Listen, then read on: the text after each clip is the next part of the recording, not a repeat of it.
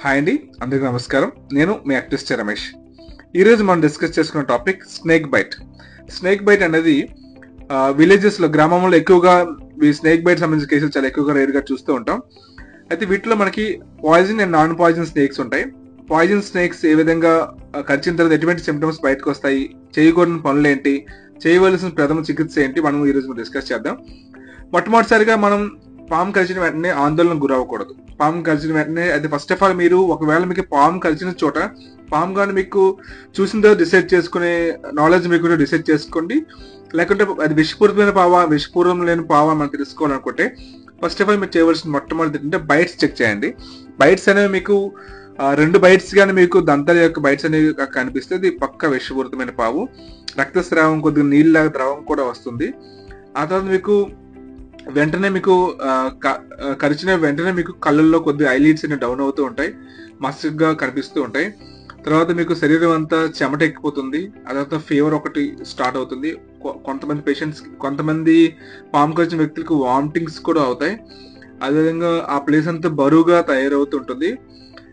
ఆ సమయంలో మీరు చేయవలసిన తక్షణం ఏంటంటే అక్కడ మీకు దగ్గర ఉన్నటువంటి ఎవరైనా వ్యక్తులు సహాయం తీసుకొని వెంటనే హాస్పిటల్కి ఫోన్ చేయండి. ఫస్ట్ ఆఫ్ ఆల్ చేయవలసింది అంటే మీకు అంబులెన్స్ ఫోన్ చేసుకోవడం. ఆ సమయం నుంచి మీరు కదలకుండా ఒక విశ్రాంతమైన ప్లేస్లోనికి వెళ్ళి నీడ ఉన్న ప్లేస్లోకి వెళ్ళి మీరు కూర్చొని కాళ్ళని కింద భాగంలో ఉంచండి, ఎత్తు భాగంలో కాకుండా. కరిచిన భాగాన్ని పరిశుభ్రంగా మీకు దగ్గర ఉన్నటువంటి మంచి నీటిలో కానీ ఒకవేళ సబ్బు అవైలబుల్గా ఉంటే సబ్బుతో ఆ ఏరియాని క్లీన్ చేసుకోండి. క్లీన్ చేసుకున్న తర్వాత మీరు ఎటువంటి టూనికేట్స్ అంటే ఒక తాడు కట్టడం కానీ, నోటితో పీల్చడం కానీ ఎటువంటి పనులు చేయకూడదు.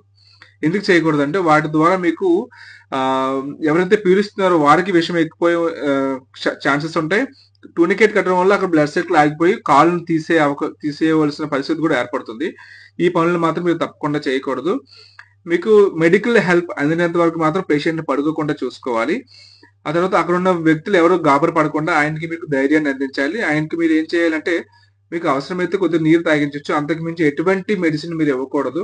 మీకు తెలియకుండా ఎటువంటి మన ఇంట్లో పద్ధతులను ట్రీట్మెంట్ చేయకుండా తక్షణం హాస్పిటల్కి తీసుకువెళ్ళిన వెంటనే వాళ్ళకి అక్కడ ఉన్నటువంటి మెడికల్ సిబ్బంది అందరూ కూడా వారి పర్యవేక్షణలో ఆయనకి యాంటీవీనస్ కానీ ఎక్కించేసి ఆయనకి తక్షణ ట్రీట్మెంట్ చేసి బీపీ పాలసీని చెక్ చేసి ఆయనకు కావాల్సిన వీనమ్స్ అనేవి ఇచ్చి ఆయన కాపాడుకుంటారు. సో 20 నుంచి 30 మినిట్స్లో పేషెంట్ని మీరు హాస్పిటల్ చేర్చినట్లయితే ఎటువంటి ప్రాబ్లం లేకుండా పేషెంట్ మీకు రికవర్ అయ్యే ఛాన్సెస్ ఉంటాయి. Anyhow, thank you so much for watching this video. Please do subscribe for more updates.